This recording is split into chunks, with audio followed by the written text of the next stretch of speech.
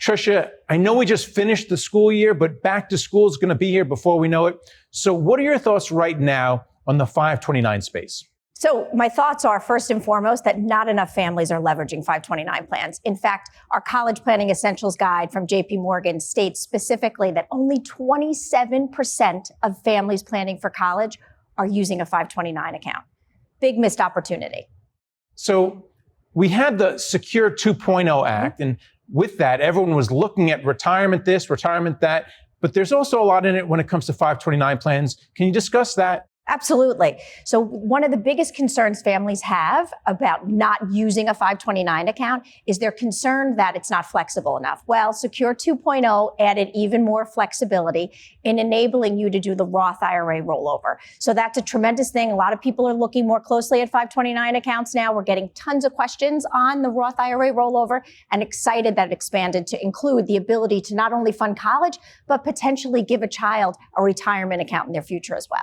Can you expand on the link between retirement and saving for college? Because these are perhaps the two biggest expenses in a person's in a family's lifetime. You bet. And what we've found at JP Morgan is about 30% of families borrow against their retirement to pay for college. And families will do whatever they can to pay for college. Again, they'll borrow against their 401k. And again, in our College Planning Essentials Guide, we note that every $10,000 you take out of your retirement account or borrow against your retirement is more than $30,000 less in retirement.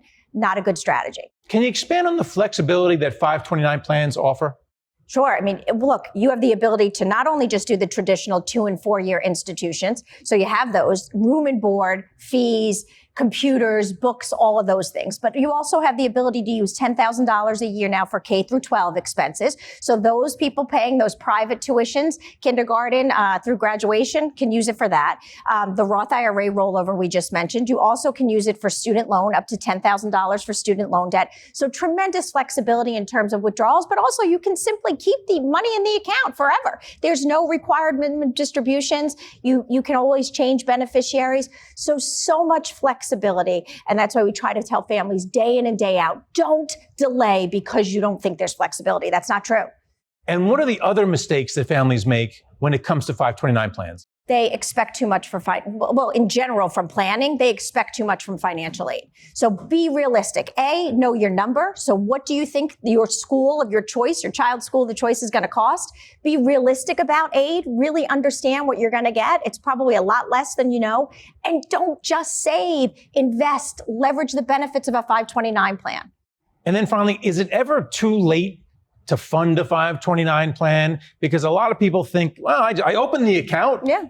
And they don't realize that you also have to put the money in there. Yes, you do. You have to put the money in there.